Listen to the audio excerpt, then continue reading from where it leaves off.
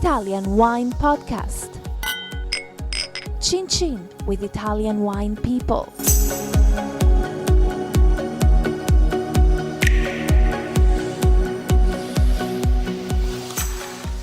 Hello, this is the Italian Wine Podcast with me, Monty, Waldin. My guest today is Alison Napjus from the Wine Spectator. Welcome. Thank you.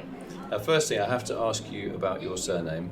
How is it spelt, and did I pronounce it correctly? You pronounce it beautifully. I was well trained. Yes, you did a very good job. It's Napjus, but the J ends up sounding like a Y in the Netherlands, so I'm told, is my grandfather was from the Netherlands. Okay, now where are you based? I'm in New York City. Okay, so what does your job entail? Well, my job titles, it's senior editor and tasting director. So there's really two parts to it. First, as a senior editor for Wine Spectator, I'm one of the tasters for the magazine. We have 10 people who cover the world of wine. Each of us have an area that they specialize in. For me, I cover wines from Champagne and Alsace in France and regions throughout Italy. Italy's always been a passion and love for me, and it's a real pleasure to be tasting the Italian wines on a regular basis. So how did you get into writing, and how did you end up at the Wine Spectator? I got into writing through wine, actually. And I started at Wine Spectator in 2000, taking an entry-level position, unpacking boxes, cleaning glasses, setting up the tastings. I wanted to be somewhere where I could really learn about wine from kind of the ground up. And I had an opportunity to taste wines on a regular basis there, and kind of have developed over time, including developing as a taster. And then, I found that I had a lot to say about wine once I was tasting it a lot more regularly. Right, so hang on, before you applied for the job, what was your job? What were you doing? You were a janitor or something like that. Did you have a proper job, or were you? Yes, I was. I had in mind as a teenager that I wanted to own my own restaurant. I went to a hotel restaurant school, and I started working as a manager at a restaurant in New York, Tribeca Grill. And at that time, they were really building their wine list, and I realized what I liked much more was hearing about what we were doing on the wine list than actually doing any of the things associated with being a manager in a restaurant. So where did the food love come from? Was that a family thing? Food and wine, I guess, all goes together. Certainly, yes, there's always been food and cooking in my family, but I wouldn't say, I hope my mom's not listening, but I wouldn't say she's by any means a gourmet chef. We've only got 2 listeners, so it's unlikely that she will be. Great. But yeah, I think, naturally when you get interested in food or interested in wine, you end up being interested in both of them. So what did your friends think when you got this job? How many times have people said to me, how do you get that job? I want that job. Yeah, very, very happy, and I think your job? I talk about your job now, your job then? Even the job then, because, if I say, oh yes, today was sitting down to taste through 15 or 20 wines, even if at that time I wasn't the person officially reviewing them, we encourage our assistant tasting coordinators to taste through everything, because all of our tastings at Wine Spectator are blind, and so we rely on this kind of entry-level position to come in, organize the wines, and set them up in a way that's actually going to allow the wines to shine. So you have to know producer styles, you have to know about the grapes, you have to know about the region, and, it's usually most of them come in with an entry-level knowledge, and then you're doing a lot of study and a lot of tasting to kind of speed up the process. So, in the tasting room, I'm sure you've got several rooms for tasting and organising things, but, for example, is temperature really important, the temperature of the room? Definitely. The tasting room, is always actually pretty cool. I would say we're more focused on making sure the temperature of the wine is correct, and then, of course, that it's not too warm in the room so things don't get warm quickly.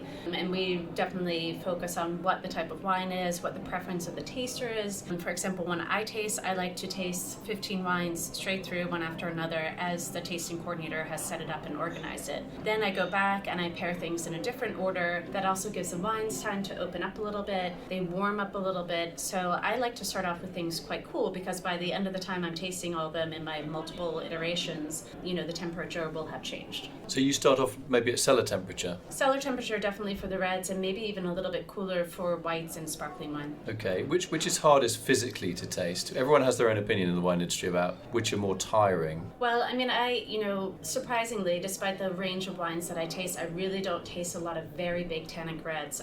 The biggest would be Sagrantino from Umbria. I do taste a lot of sparkling wine, and I think the combination of bubbles and acidity is really challenging. You definitely get kind of a fatigue from that. But if I was tasting, for example, Bordeaux or California Cabernet, I'm sure that would be my answer. So it depends on kind of what grouping of wines you have, I think. I find tasting sparkling wine I find it exhausting.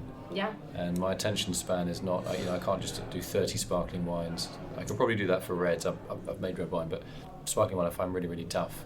Yeah, I would say that I never taste more than 20, 25 wines at a time probably, and it's usually less. And that would be true of probably most of our tasters, because you don't want to have an off day as a taster or get tired and then all of a sudden you're not giving the wine a fair shake. Yeah, and I think also sparkling wine, do you sort of, when you taste, have a greater respect for, say, sparkling winemakers? Often we think, oh, champagne, they make lots of money, you know, they're all driving BMWs or whatever, and it's really easy, stick a few bubbles in, but it's not, it's very complex, isn't it? Yeah, absolutely. Making champagne or sparkling wine, traditional method, is some of the most complicated winemaking out there. You have two chemical reactions, first fermentation and second fermentation, and to do that, and then at the end of dosage, so you're kind of balancing out the wine, but to do that you really need to know back in, you know, the winter time when you're pruning the vine, what you're focused on getting out of that wine after it's aged for 15 months, 3 years in your cellar. So it's a lot of foresight and a lot of real attention to detail, I think. So you come home from work, you've tasted X number of wines, you've maybe written something, handled some calls, you know, probably a couple of grumpy people and some nice ones, and work is coming. You go home. What do you do to relax?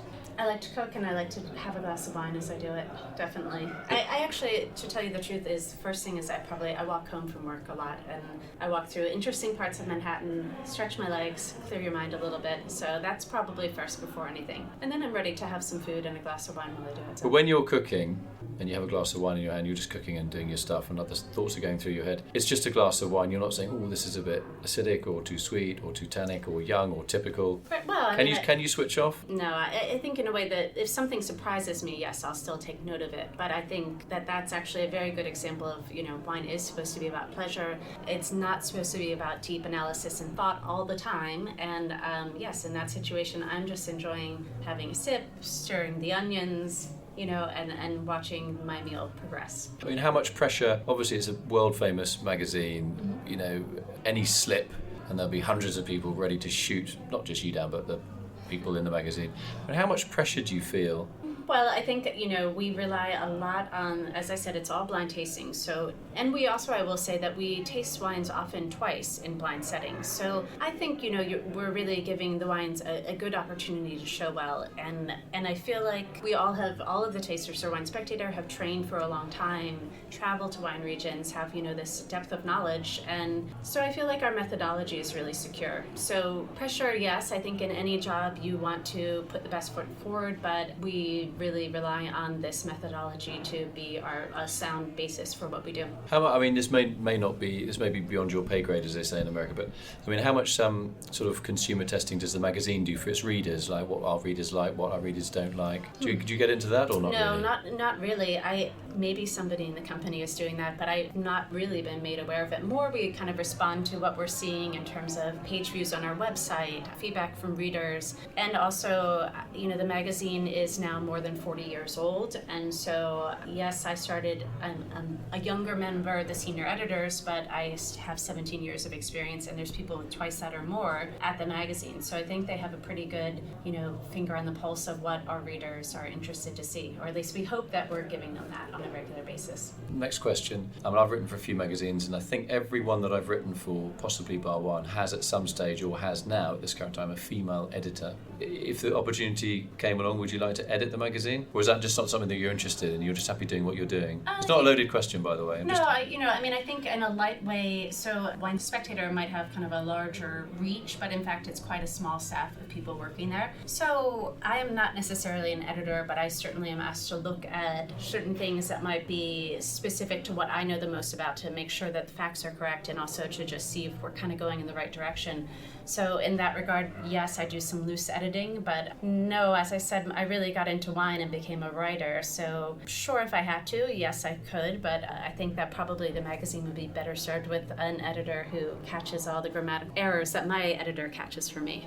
Yeah, I mean, it's also the commission. I mean, people don't know, a commissioning editor is actually somebody that decides what article should be in the magazine or should get published. It's not just about dotting I's and crossing T's and things like that. It's actually a very huge responsibility. No, completely. I mean, I think that right now our executive editor, Tom Napjus, along with Marvin Schenken, who's the owner and publisher of the magazine and really the ultimate say for everything, depend on a lot of input from the other senior editors, from other staff. But at the end of the day, yes, they're the ones who decide and say yes or no, down to, is this photo for the cover the right thing to really get people to pick up this magazine? And it is a huge responsibility, definitely. So how much input do you have? I mean, can you ping ideas at Marvin and Thomas and Say, Yes. look, I've got this great idea about X region and this angle. Definitely. How does it work? What's the, you just send an email, or you have a board meeting, or? Emails, we have meetings regularly throughout the year, at least 2 times a year with all of our senior editors, both from our Napa office in New York. So there's a lot of brainstorming that go on in those meetings. And then, yes, just send emails or, stop in their office and sit down and say, hey, what do you think? And that's actually sometimes the best way to do it, because then they say, well, yes, maybe, but what about this side of it? And you can kind of refine the idea before you even start working on it. Okay, so what's your, it's always difficult, again, you're not your favourite wine region, but where is somewhere that you always feel really comfortable in your skin, a wine region? We always, I'm not saying the quality of the wine, but just somewhere you really feel at home, the countryside, the weather, the food, the style of the pavement, the sidewalk, that kind of place. Not, oh, my favourite wine is Brunello, therefore I love Tuscany. I think my love affair with Italy began when I was a child and traveling with my family. And so I would say, in general, if I'm traveling for work, I would prefer to be in Italy than anywhere else, probably. To go down to a region is hard. A few years ago, I was in Puglia for the first time. So that was something, I'd never been in that area. I really didn't know the lay of the land. But I enjoyed it. And it would be hard for me to pick a favorite or somewhere that was definitely, I've spent a lot of time in Tuscany, so I like that. But I also just spent 5 days on Mount Etna, and that was completely comfortable and lovely as well. So how's your Italian? Are you fluent? No, certainly not fluent. And I actually just say that I get by when I need to, but it is my strong preference, if we're going over details, that it's in English. Maybe I will eventually get it to be in Italian. We'll see. No, I'm sure you will. It's you speak a bit of French. It's not too difficult. What's the real passion? Is it the writing bit or the wine and travel and food bit? Do you just love writing and getting stuff out, or is it? Well, I love wine, and I think right now that in the U.S. we have come to this place where finally the conversation of wine is much more open. I think about 15 years ago when I started in the industry, 20 years ago, it was, only people who are certified as an expert should be talking about wine. And I don't think that that's the case anymore, and I don't think that most American wine drinkers feel that way. So I think that this is now a great time to be writing about wine and hopefully engaging a whole new generation of wine drinkers. We're all I'm a writer as well, so we're all in the kind of same position about obviously online publishing and blogging, and yes. And everybody now has an opinion. Whether if you're a car mechanic, you can say, I tried X bottle of wine last night, yes. It was great, or it was terrible. Do you think the future of wine journalism, seeing as wine is sort of a luxury, flippant almost product, is secure? Are we going to find ways to keep ourselves employed, and magazines like Spectator economically viable, or are we all just going to fade away? No, definitely. I think that actually the world of wine is expanding. And so, yes, okay, your car mechanic can have their opinion and should have his own opinion about what wine she likes to drink. But I think the world of wine is expanding. People are going to be looking for an authoritative voice to help them navigate it and tell them where to focus their energy and attention at any given time. And so I think that the wine journalism will continue on in one format or another, for sure. Great. Well, it's good to hear your optimism as a wine writer myself. I just want to say thanks very much to Alison Napjus. Great interview, really interesting.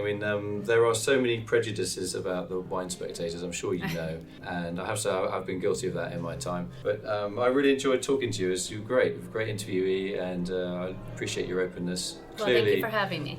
Very diligent about what you do, and a lot of respect. I'm very diligent about making sure there's a good glass of wine in my future, too. Yeah, we don't have a glass of wine, so maybe we should go and go. Well, anyway, it's a real pleasure.